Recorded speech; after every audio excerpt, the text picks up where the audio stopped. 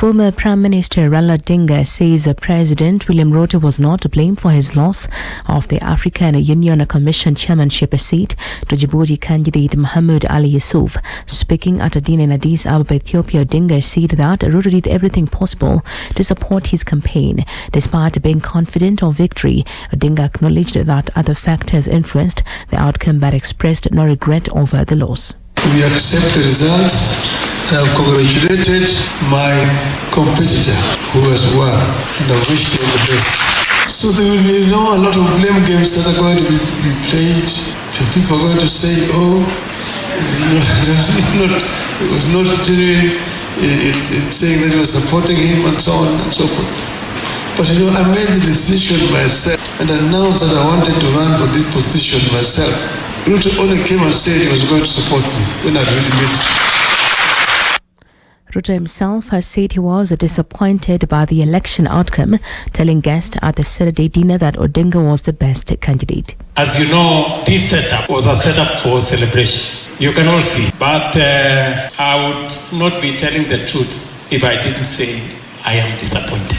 But I am disappointed because of two things. Number one, I am disappointed that Raila Amolo Odinga did not win because he was the best candidate for Africa, that they missed an opportunity to be served by the finest of our country.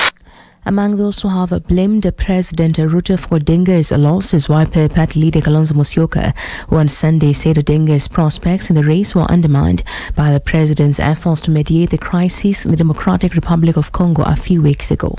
Jambo hili tusifurahie, liko na aibu, limeleta aibu kwa sura ya nchi ya Kenya.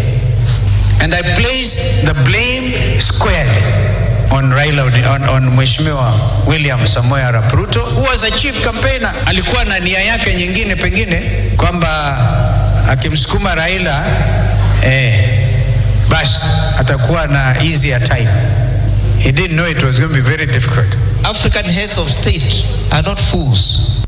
Ahead of Saturday's AUC chairmanship elections in Addis Ababa, Ethiopia, SADC urged its members to back Madagascar's Richard Randrimandrato in the polls, threatening Odinga's bid.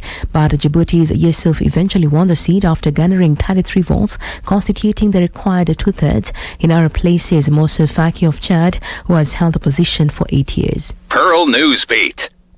Minority leader Junet Mohammed has urged Kenyans to give Odium leader Raila Odinga a warm welcome upon his return from Addis Ababa. Raila was in Ethiopia to contest for the African Union Commission chairmanship, but lost to Djibouti's Mohamed Ali Yusuf. Speaking to the media on Sunday, the legislators thanked the president for standing with Raila all through the course of the campaign and election period. Kisumu Senator Tom Ojindo, while acknowledging that Raila was the most qualified candidate, accepted the AUC results with a grace and reaffirmed Raila's leadership.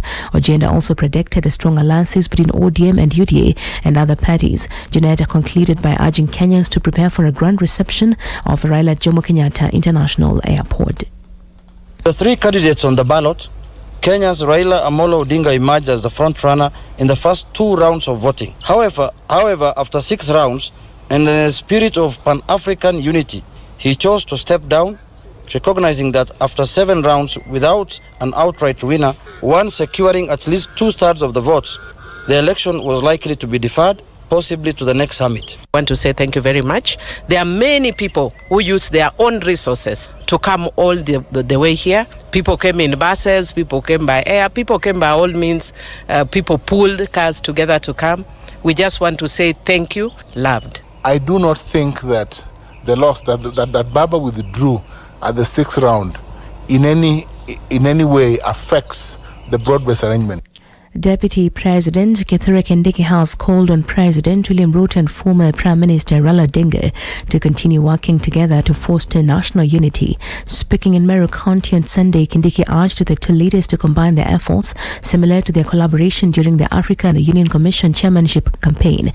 Kindiki praised Ruto and other African leaders who supported Raila in the hotly contested race, despite Raila ultimately losing to Djibouti's Mohamed Ali Yusuf.